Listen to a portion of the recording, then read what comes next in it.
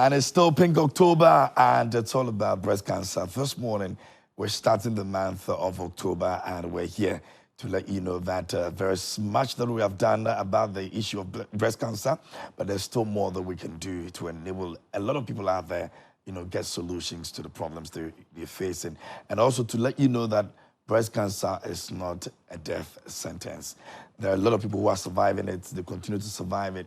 You can also survive it. Early diagnosis is key, and we're not also going to make it a women conversation. We're going to try as much as possible to let the men also understand that they've got responsibility when it comes to the fight of breast cancer. Beyond the awareness, what are we supposed to be doing as people? All right, so it's going to run through the entire month. You already know every month we dedicate time to speak about breast cancer. When it's October, every year we do so. So please do well and be part of this conversation. This one is going to be very interactive, so make sure you also send your messages on our WhatsApp line. We're streaming live on Facebook. You can drop your messages over there. If you've got a situation you want the doctors to know about, if you've got any issue that you want to talk about, you're scared because you are diagnosed breast cancer, whatever it is. But I mean, trust me, there's always a solution out there, and that's the reason why we want you to stay with us here on the show and send your messages so that you can get the help that you need, all right? Good. Let me introduce my doctor in the studio this morning to help us even begin the conversation of breast cancer. Like I said, it's going to run through the entire month, all right? So this morning, Dr. Efua Kome has joined us here on the show. She's a program manager for NCD, coming from Ghana Health Service. Doc, good morning. How are you doing? Good morning. I'm well. Great. Thank you. And thanks for the time this morning. We're grateful. Yes, welcome. First of all, I think this is something we have done only God knows how many years that we'll continue to do this. We've also tried as much as possible to let people know that it shouldn't always be in October, but throughout the year we should continue with this. Have we been able to make some strides? Are we doing well with regards to that awareness?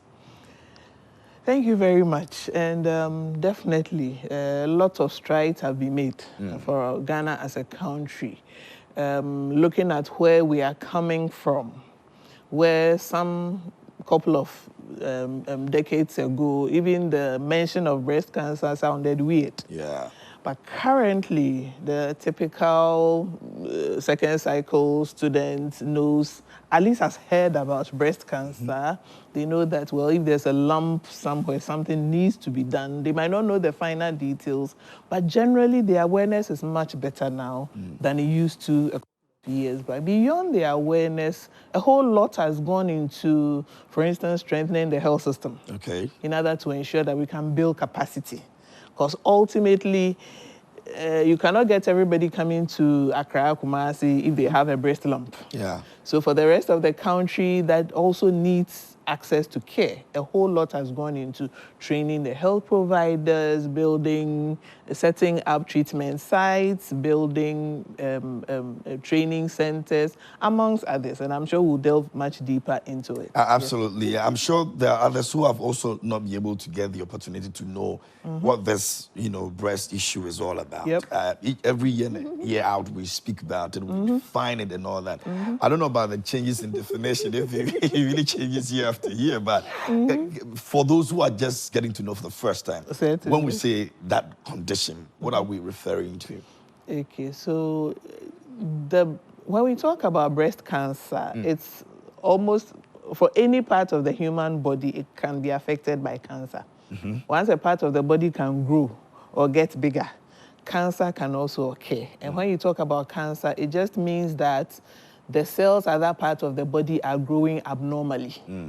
So when they are growing abnormally, then it can develop into a sore. It can develop into a lump. It can also, if it is cancerous, the lump is cancerous, it can spread to other parts of the body regardless of where it started from. Okay. For breast cancers, all we are talking about means that the cancer started in the breast.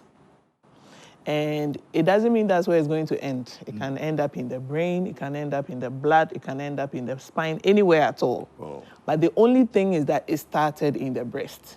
And because the breast is relatively visible, it's much easier drawing people's attention to it that when cancer starts here, there are certain signs that you can look out for. That once you observe those signs, don't sit and wait. but then seek medical care as early as possible. Because the early stages, it's always much easier to treat when things start early. And when you wait for a long time, the cancer could have spread. At that time, we might not be lucky enough to catch it along the way, because you have no clue whether it's in a lymph node, whether it has gotten to the knee, to the hip, you wouldn't know. That is how come when cancer is advanced, the treatment is drastic and more intensive. And unfortunately, the outcomes are not the best when it is advanced. But when you get it much earlier and it's localized, it hasn't gone anywhere at all. So you target that cancer, and that's the end of the story. So that is just probably breast cancer in brief, but a few of the key things that you might have to look out for if you are thinking breast cancer. If you develop a lump in the breast, typically a lot of women will tell you that, oh, I have a lump in both breasts. That is not the lump we are talking about. But this lump is abnormal. There's a situation like that. Yes. Which is normal. Normal. So it's important that everybody knows themselves. What might be my normal might not be your normal. Yeah. So it's critical that you know that, okay, normally my breast size look like this, it feels like this. Because when breast cancer starts, the lumps tend to be hard. Okay. It tends to be fixed.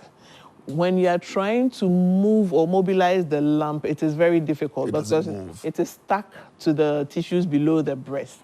Sometimes the skin on the breast goes through certain changes. So for everybody, when you make a fist, you know, the back of your wrist, that is how smooth the breast is expected to be. When this time it is not like the back of your hand, but starts feeling like the back of an orange, they are dimpling. It means something is drawing the skin inwards, and that's not what we want. So when those changes start, report as early as possible. Sometimes around the nipple, some women will complain of a lot of itching. People assume that, oh, it's a dress I wore or some material I wore. Not necessarily. You need, once it is not normal for you, you need to report it as quickly as possible. And it has to continue for a while? Not necessarily. Okay. Not necessarily, because you know your body and you know that this is not my norm. It's critical that you report early. You don't need to sit and wait. Beyond the week, what are you waiting for? You understand? I mean, there are times when even sweat makes us itch, but that is not the kind of itching we are talking about. This is incessant, and it is constantly there. People apply lotion, nothing is happening. At times, the nipple itself retracts. So for majority of people, the nipples are outward facing. There are some people that when they are born, the nipples are out, but as they are advancing in age, one of them starts going inwards. That is not your normal. There are people who naturally have inward nipples. That is very fine, because both breasts are like that. That's not the type we are talking about. But this one, you were born with ones that were outward, but suddenly one starts retracting inward.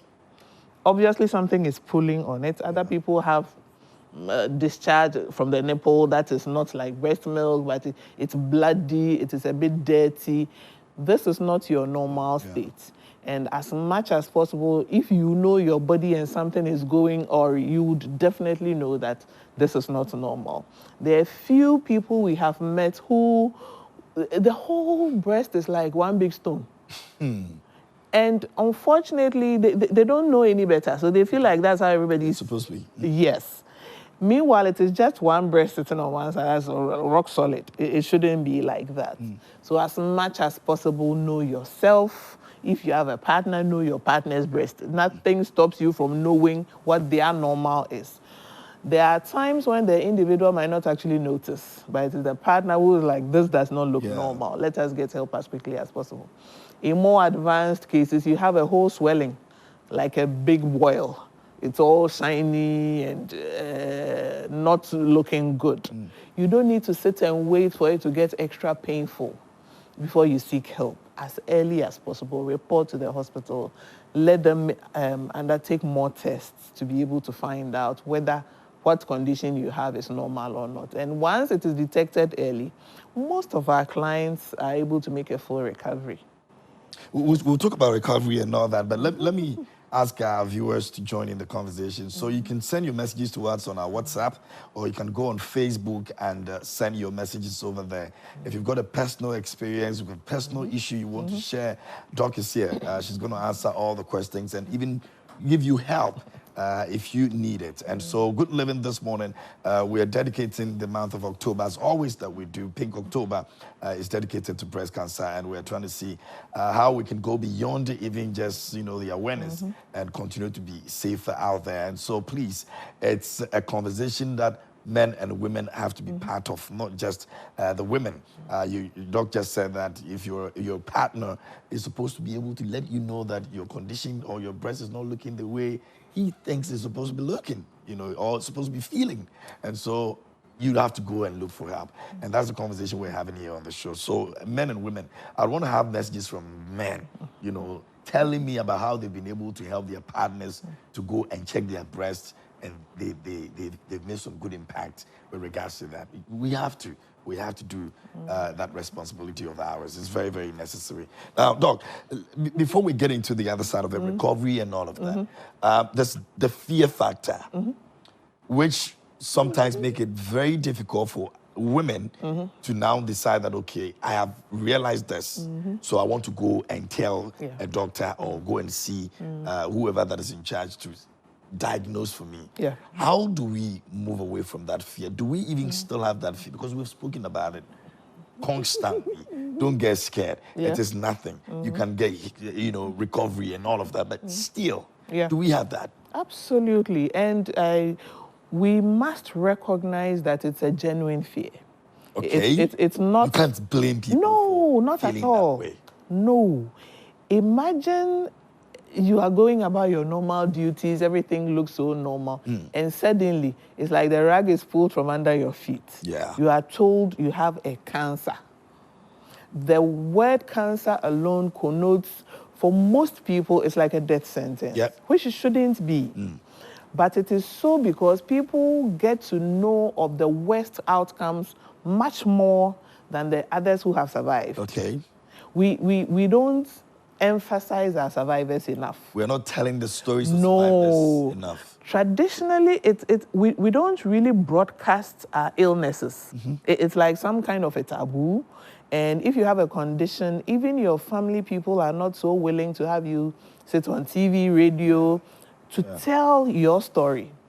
And as a result of that, other people have a whole lot of misconceptions.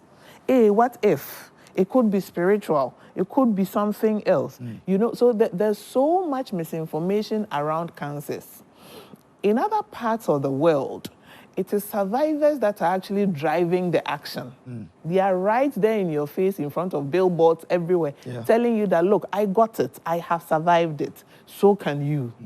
We don't have that situation in here. So naturally, when somebody is told that they have a cancer, they are wondering, okay, so am I going to die? Which is a genuine concern. Now, the onus lies on us to be able to further give education and encourage people that although you have a cancer, you can survive. And a lot of people have survived.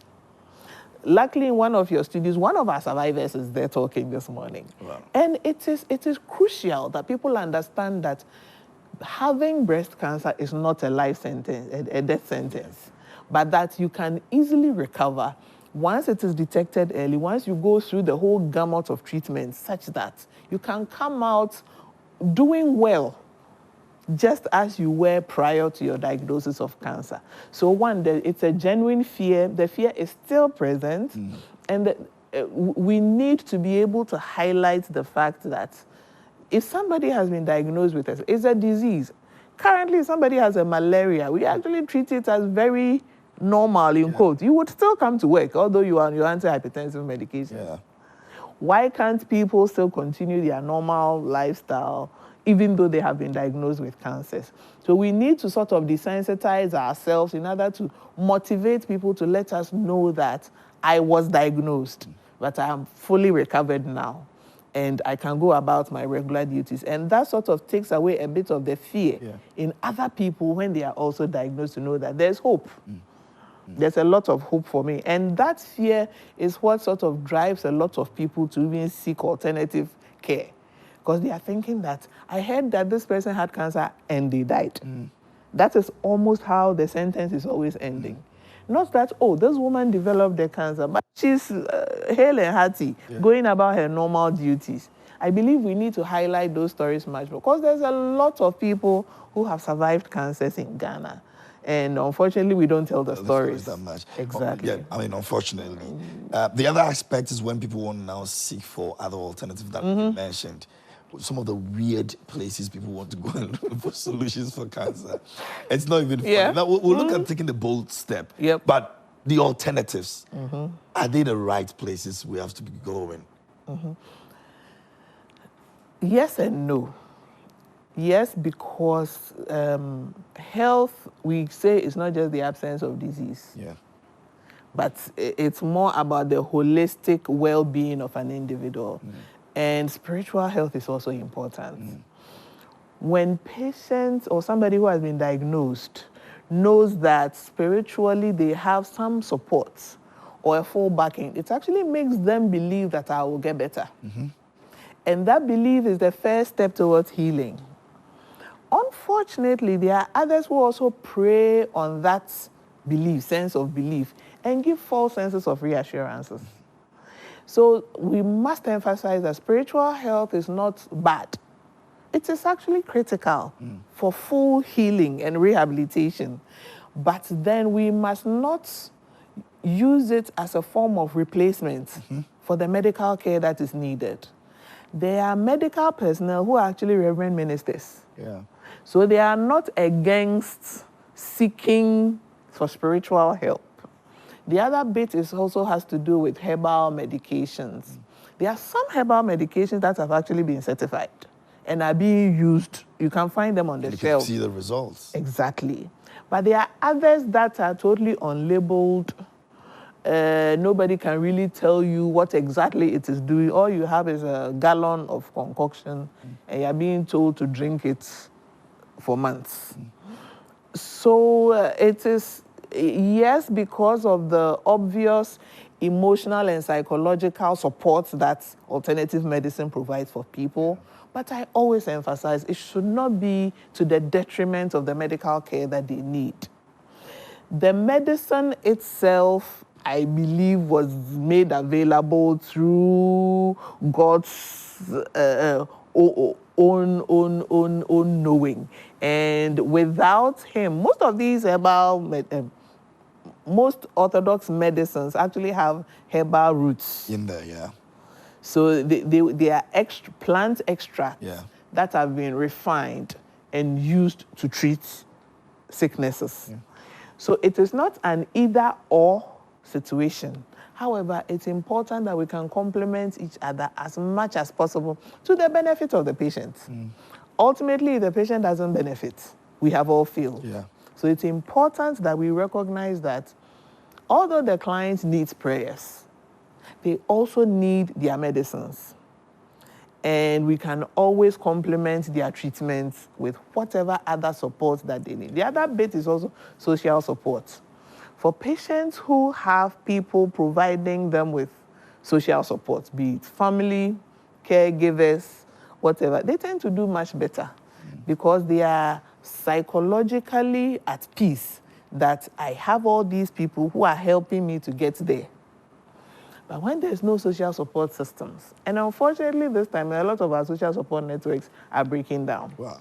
Because we are pushing more towards the nuclear family system kind of thing. And it becomes quite difficult getting people to take care of our clients when they are diagnosed. It's extremely limited. Yeah. So if they don't have their own children or immediate relatives around, then it becomes a whole lot of challenge for the patient. So there's a lot more that can be done for anybody diagnosed with breast cancer, but then there's a lot more hope as well. Speaking of support, and I'm looking at the decision for anybody to say that, okay, now I think this is how I feel. I've been able to clear away the fear a bit. Yeah. Can I now take the bold step and say, I need to see a doctor? Now, how does one psychologically put themselves in the space where it is okay for them to say that, you know what, let me just go, whatever comes or whatever I'm told, I know that's my situation and I have to deal with it. Do we have enough people they can speak to even before going to see the doctor? Then again, I mean, once I get there, I've already done the backroom work. Yeah. So I know whether good or bad, I've got a chance. Yes. Do we have that? Yes, so we do have some formal systems that are available for people to consult. Once, I mean, even when you have not been confirmed, it's important that you can speak to somebody about it, clear your thoughts about what could possibly be going on in your body. Yeah. At the primary health care, for instance, we do have a lot of community health officers, the ones who give the immunizations and go to various homes administering vaccinations, amongst others. One of the key things we are doing is to train them on breast cancers, so both breast and cervical cancers, so that at least they can help with the awareness creation. It helps when a health worker is armed with the knowledge, such that although I might not be there because of breast cancer, I'm providing a service, but I'm a health worker. Yeah. If somebody has a lump and they want to talk to me about it, why not? They can easily approach me and I would provide the basic information I need. Beyond that, a lot of partners have also come on board, CSOs, NGOs, patient groups, and a lot of the work they are doing is in awareness creation. They are armed with a bit of the technical know-how. They also add on their personal experiences. So like they are a whole resource that anybody at all can talk to them that, oh, I noticed you are working in this space. And for the breast cancer people, most times they are in pink T-shirts. Yeah. The idea is that they have gone through the journey. So if you feel this might be what the issue is, why don't you talk to this person about it and listen to their perspectives as well? Yeah.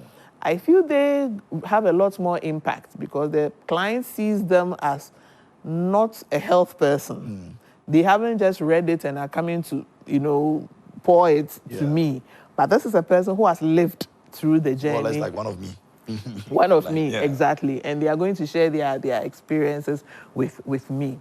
So these resources tend to be available. And these days, for the newer generations, you can find almost anything else on the internet. Yeah. You just need to Google signs and symptoms of breast cancer, and you get a gamut of information coming out. Through it all, it's critical that you seek care for anything you are not too clear in your mind about. So if you feel that there's some kind of symptom, I'm not too sure what it is, I want to talk to one or two people about it. Don't let the talking delay the seeking care. You might want to consult a few people, but beyond that, take the initial step, approach a health provider, and basic request for a clinical breast examination. That is actually not even invasive.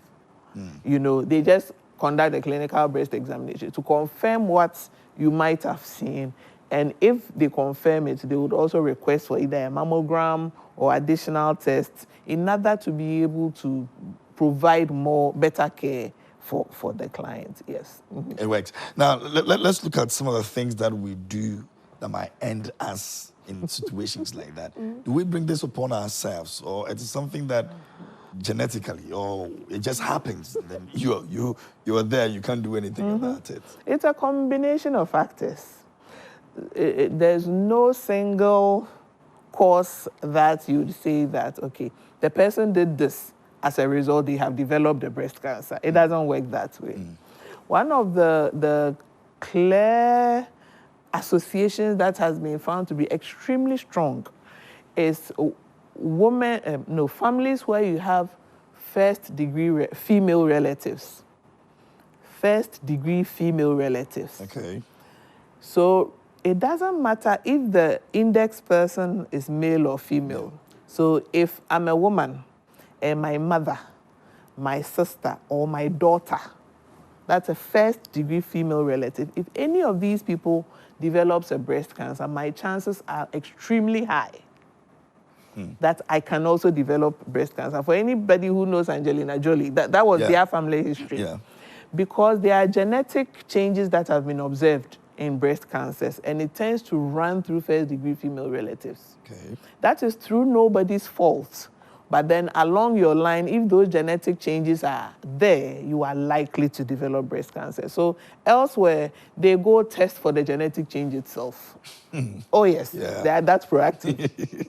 And once they find it, they take steps in order to ensure that they don't develop breast cancers. If you cannot go test for any genetic changes, but then you have that family history, it's critical that you keep it in mind. That's why we keep saying that the awareness is crucial. When somebody develops a breast cancer, it's not a taboo, and we need to let people know, especially the immediate family. Because that might be the first trigger that another person can develop a breast cancer. But imagine if nobody knows. We are just there. We are all just there. Oh, somebody died. They were kept in a room for so long, and we have no clue what the exact cause of death was. So it's important that for anybody who has a first-degree female relative developing breast cancers, interestingly, the chances are not just for women alone. So even men in families where their first-degree female relatives have had breast cancers are also at risk. So the risk works both ways. Beyond that, we talk about this exposure to radiation, and then dietary components. So women who are obese have been found to be more prone to developing cancers. Women who are on certain medications have been found to be more prone, but it is not all cut in stone. That is why we keep saying that the awareness is key, and then know your body, regardless of what the history is. If you know yourself and something starts early and you are able to pick it up, that will be the end of the story. That will be the end of the story, but the story is not ended now. We want to hear your story as well, so do well to send your messages to us. Let us know what you're going through, what the problem is like. Doctor is here. She's ready to answer all the questions that you want to ask when it comes to breast cancer. You know, it's Pink October, and so we are dedicating the entire month here on Good Living to that, fight against breast cancer. It's important that you know your body. Doctor has said that already. You also have to make that decision to go and check, be diagnosed. And once that is done, do not think that you've been sentenced to death. It doesn't happen that way. I mean, there's always recovery process for everyone in such situations. So do well and, make that bold decision right now. If you're watching right now too and you're struggling, you don't even know how to even make that decision to go to the hospital and check and all that. Doc is here. Maybe after the show, she will just get to talk to you, and then you can guess that, out of that fear mood. It's very, very important. This one over here, a few comments that we've had. This one says, good morning, please. I want to ask doctor, how do you check your breast in pregnancy? Is a way? Certainly. So the clinical breast examination I talked about earlier can be done for all women, regardless of whether you are pregnant or not. However, I would come back to say that you should know your body. Even in pregnancy, generally, you'd say that the breast becomes heavier because of the hormonal changes. However, when there are cancerous changes starting and now the breast is constantly painful, or there's this bloody brownish nipple discharge, or you feel the breast is extremely lumpy, it would be helpful to go to a health provider so that they can confirm whatever you are seeing. In most instances, we prefer that if any form of treatment will be done at all for any woman that is pregnant, we wait until after delivery because of obviously the baby as well. And also, some of these changes are heightened because of the changes your body is going through from the pregnancy. So once the baby comes out, any form of treatment at all can be provided for the mother. So as much as possible, know your body. When there are any abnormal signs, kindly report to the health provider, and then help can be given to you even when you are pregnant. But all the examinations for the breast, self-breast examination, clinical breast examination, can be done during pregnancy as well. Yeah. Okay. Let me go to the next one. This one says, good morning, please. I want to know if you're pregnant. Is the signs that she mentioned goes to you as well? Yes. Thanks for the education. Celestina from Asin Fosu. Definitely, yes, they do. We Okay. do, yes. All right. So now you know if you're pregnant. Now you can also send your messages to us. Our WhatsApp line is active. You can also go on Facebook. We're streaming live over there. If you're watching and you've got any situation like that, you can also send it to us. Doctor is here. She's going to be answering all the questions. We're dedicating this month to breast cancer awareness, and we're helping people get solutions. Now this one says, I sometimes experience some white discharge at the tip of my nipples. Can it be a sign of breast cancer? It might not be, but I cannot off the top of my head diagnose. We don't even know how this chart looks like and all that. Exactly. It will be helpful. Kindly report to your health provider. Let them conduct a further examination for you. There are a lot of breast conditions that can occur. It could be an infection. It could be a whole lot of other things. So it's not necessarily breast cancer. Okay. However, since it is a bother, and since that is not your normal, kindly report to the hospital and let them examine the breast. Simplicity. That's what we have to do right now. Now, I want to be hearing from the men. Yes, I want to hear from the men. So the men, keep sending the messages, but the men, I want to hear from you guys more. So send your messages as well. Let us know your partner's condition. If you have experienced it, you know, it's not just the women experiencing it, but we also there and seeing what they have gone through. Maybe your partner has even gone through the entire recovery process and she's doing fantastic. These are stories people want to hear, just so they are also able to take that bold decision and make their way to the hospital and get, you know, checked. And so let's share the testimonies, the stories, you know, the recovery processes and all of that. We want to hear them. Let your story be an example for somebody to say, I want to go and check mine and also get, you know, the solution that I need. So keep those messages coming. I want to be hearing those messages. Let me go to this one over here, and it says that, good morning, please. I most of the times feel that my breast itches me. What could be the cause? Okay. Okay, so for breast itching, it could be an allergy, it could be some kind of infection that has not been diagnosed. Sometimes the person is just reacting to some kind of material that they wear. I mean, it could be very simple. However, there are some rare forms of breast cancers that cause extreme itching, and that is very extreme. Please, ultimately, report and let us check it out for you. Absolutely. Let some professional have a look at it and be able to determine whether it is breast cancer or not. Yeah. Okay. So make that decision right now. I mean, trust me, it could be nothing. Yeah. All right. So don't get scared or whatever it is. Just go to the hospital and get it checked. Now, I'll be reading some of your messages, so keep them coming through, and let's make it interactive and engaging as possible, because this is very important. There are people who have lost their lives because they didn't make the decision to go and see the doctor. It could have been avoided. Yes, it could have been avoided, but unfortunately, because of fear, because they are unable to understand what exactly this entire process means and all that, they decided to keep it to themselves, and they lost their lives. Life that could have been actually prevented, you know, from that situation. So please, let's do well and, you know, speak out, go and seek help. You'll be fine, okay? Now, Doc, let's look at the process involved in the treatment. So I've been diagnosed. I know this is where I am. Yeah. There's nothing I can do about it. How do I begin my treatment process? So normally, at the point of diagnosis, a lot of counseling is done. Okay. Counseling, because psychologically we need the person to also not be in a state of denial, but to accept the fact that this is a journey that we need to take together in order to safeguard their lives. So as much as possible, we want to engage with the person themselves. Look at their understanding of the disease, where they feel they are, what their hopes are. Now, and address their fears as well. Most importantly, address their fears as well. For most of the cancers, we want people to have some kind of a navigator or a support person who would be with them through the process. That's key. That is crucial. It could be a health person, it could be a non-health worker, it could be just a caretaker.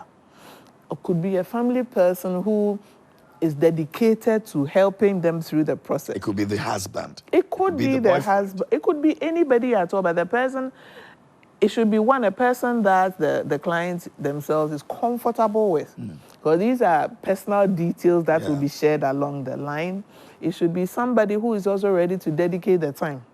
Because obviously it's going to be stressful, emotionally draining, time-consuming.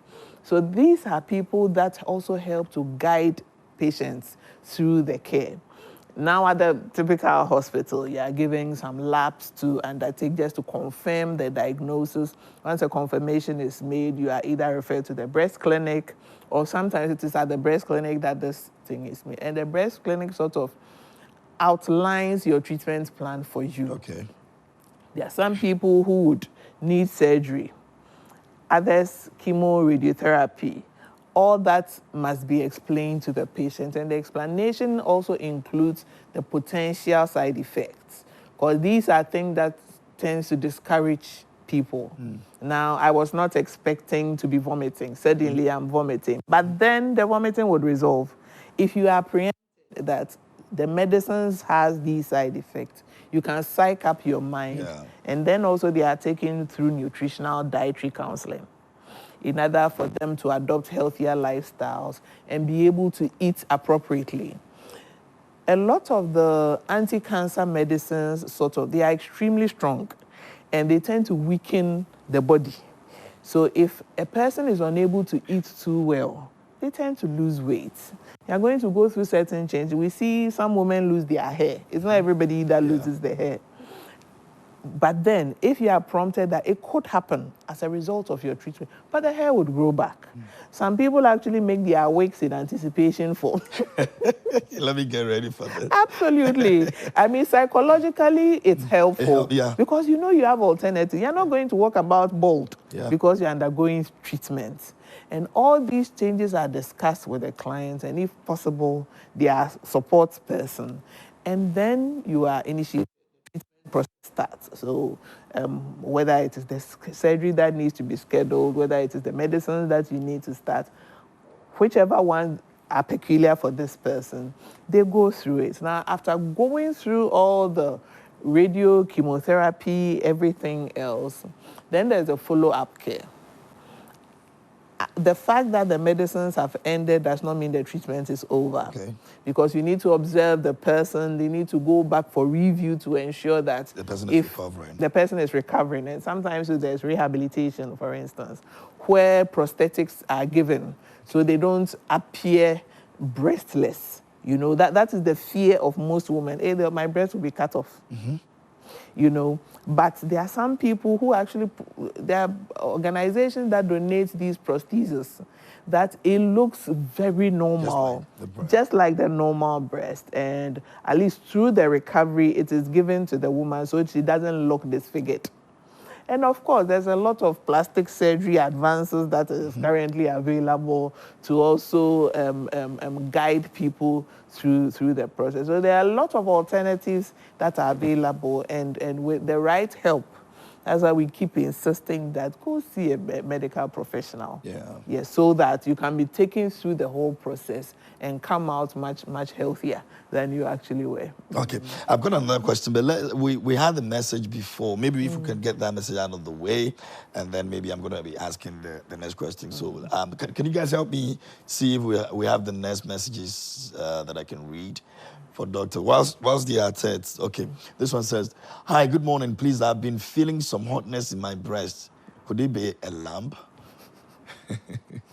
I'm not sure the feeling of hotness.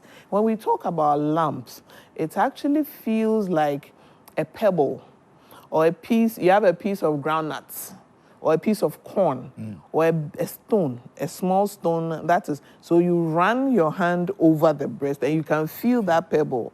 Ordinarily, it wasn't there, but suddenly you are feeling some lumpy thing in there.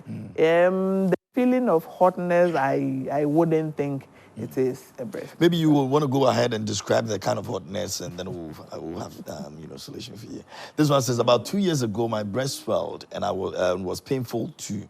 And I went to the hospital after the physical examination by the doctor. He said nothing was wrong with my breast, and he requested for a scan.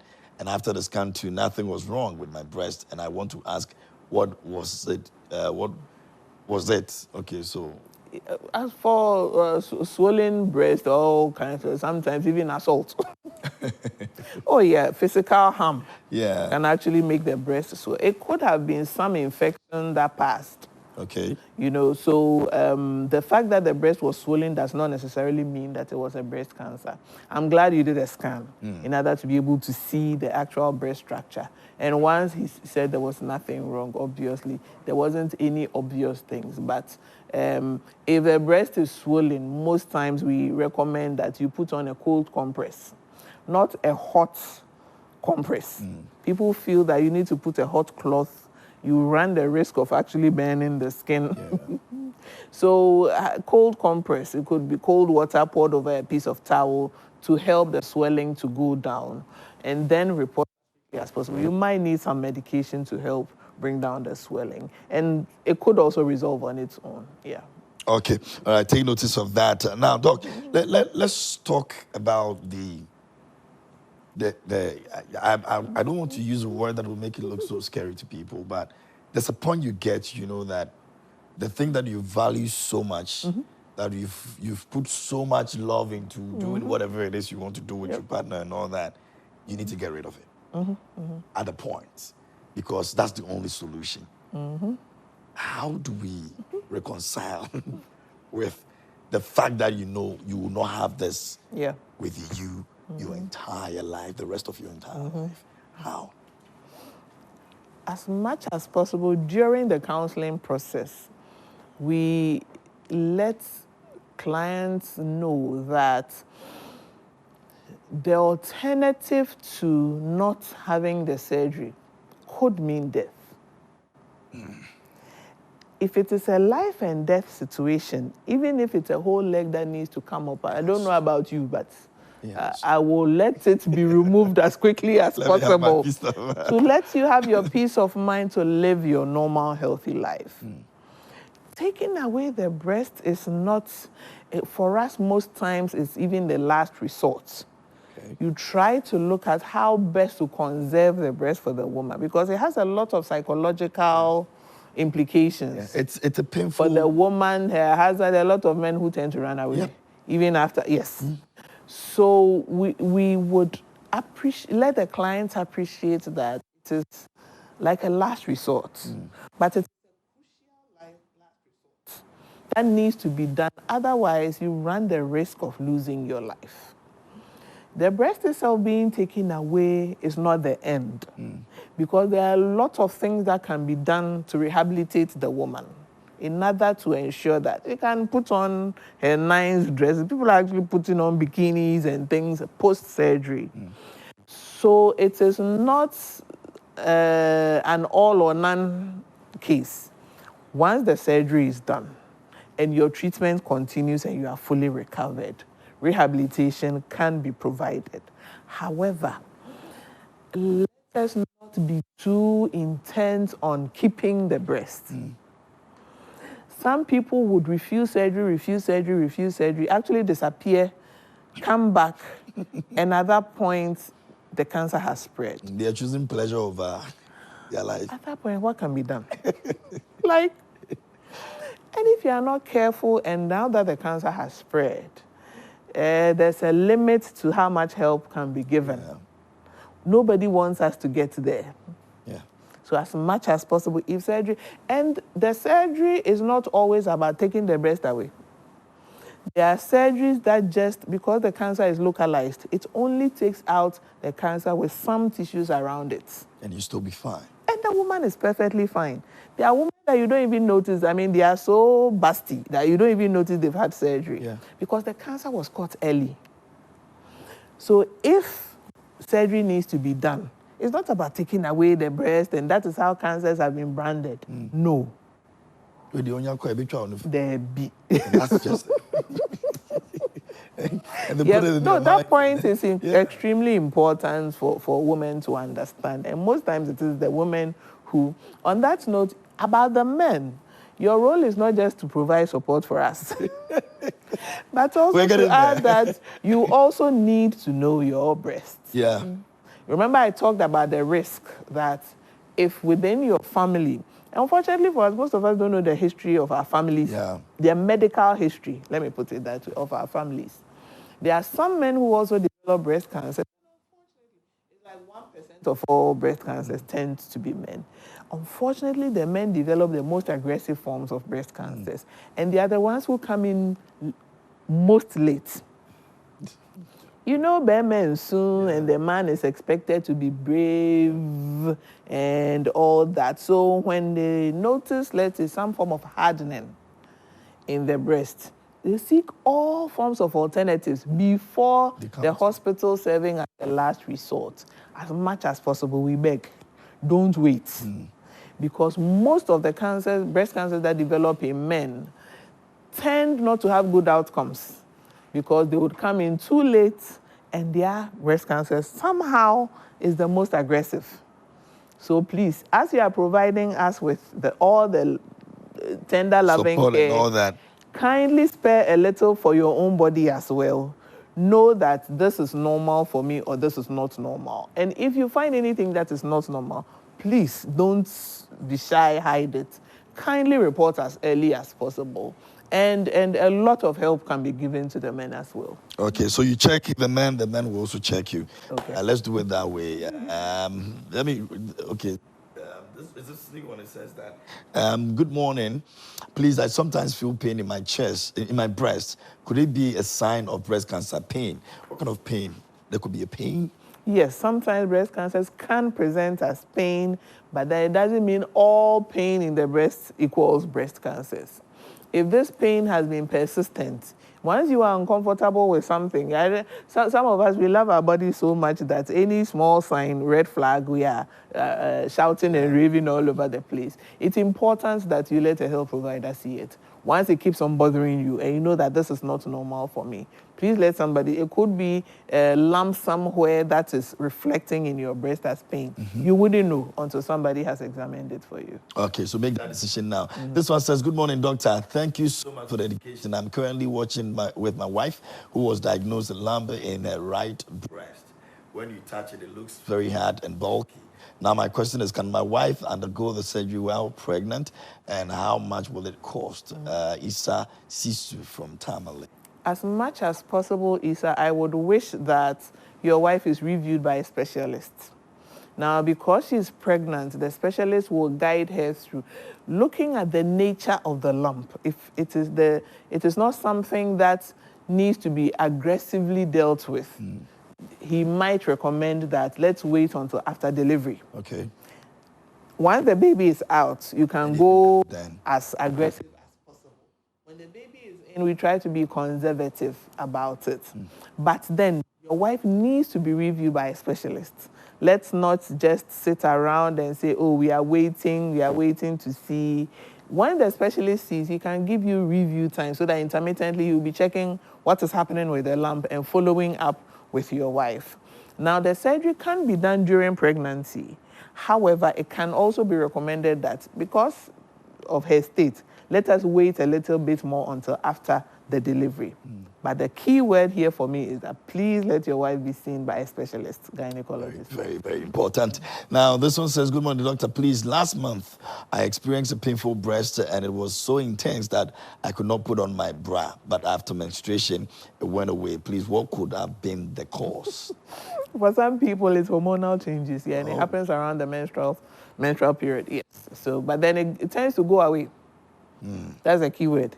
And for some women, it's recurrent. So anytime they're about to have their menses, the pain starts. It's their hormones going out of gear, preparing for the menses. Once it goes away, you know that this is not a permanent thing. But if it doesn't resolve, that is when we are worried.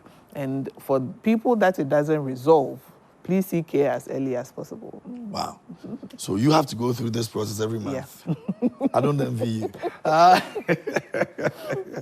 what I like to say. But you can also send your messages to us. Let us know what you're going through when it comes to breast cancer. Doc has been so kind. I mean, she's been very, very helpful this morning. Dr. Fia is still with us over here, so please do well and send your messages. We've got a few minutes to actually do this, but in getting to our final stage, when we recover, What are the things we have to be doing? What are some of the things that we do not have to do so we don't get to have situations getting worse? The first thing for us is to ensure that we adopt healthier lifestyle options. We need to eat healthy, because the treatment process, it sort of drains you a lot. The medicine is sort of attacking your own body cells. So there are people, they tend to lose weight, they might vomit here and there. Some people would lose their hair. All that is recoverable, but it can only recover if your diet is very healthy. So as much as possible, let us adopt healthy lifestyle options, eat a lot of fruit and vegetables, and exercise. Engage in a lot of physical activity. For people who have had surgery, they are shown some exercises to do at the site where the surgery was undertaken in order to ensure that the surgery site does not swell. Sometimes, because of the surgery, there's a bit of swelling when people do not move too much. But then they are shown specific exercises to undertake because of where the surgery was done for them. Additionally, it's important that we are able to undertake our regular reviews. Okay. Everybody's case is different. No two lumps are the same. No two cancers are the same. I'm down with the recovery, so that's it. It's important that you can do the follow-up meetings with especially your health provider, so they can look at where the cancer occurred and make sure that it does not recur. If that is not done, and God forbid, the cancer comes back, you might not notice that these changes mean that the cancer has. So at the site where the surgery was done, they would inspect it, they will let you do some labs, some imaging for them to see whether truly the cancer is fully gone. And after a couple of weeks, they'll be able to tell you that, well, with your follow-ups and all, you are given the all clear and you are fully recovered. And those are our survivors. So it's important that although you have gone through the whole cycle, given your treatment, you are done with us, you still follow through with your reviews so that we can all ensure that you are hale and hearty and successfully recovered. And as I said, the healthier lifestyle options are extremely important. And then probably finally, the social support networks. The one that seems to be breaking. In most instances, a lot of families break down because of a diagnosis of It's a difficult situation. It is extremely difficult. So I honestly don't like statistics because it sounds like, 5 out of 500,000. Oh, it sounds small. When it happens to you, it's 100%. And the immediate family around you are the ones who bear the most burden. Psychologically, emotionally, some children have to fall out of school because daddy is always with mommy in the hospital. There's nobody to support them in the house. And they also, the uncertainty, is mommy going to come back? What is going to happen to us? And the caregiving, there's not every spouse that is actually able to go through with the caregiving. It should be a professional work. We relegate it to immediate families because we don't have options. In other places, people are paid to do this job. To do caregiving because it is extremely critical for the patients. And the caregivers' time, their energy in one of our facilities, the caregivers, most of them were actually developing hypertension. The caregivers? The caregivers, not the primary patients. Because of the stress on the caregiver and the lack of attention, we assume that the caregivers are fine, but they are also physically drained. And they constantly need to be there psychologically for somebody else without recourse to their own health as well. So we need to recognize that the burden of cancers go way beyond the patients themselves.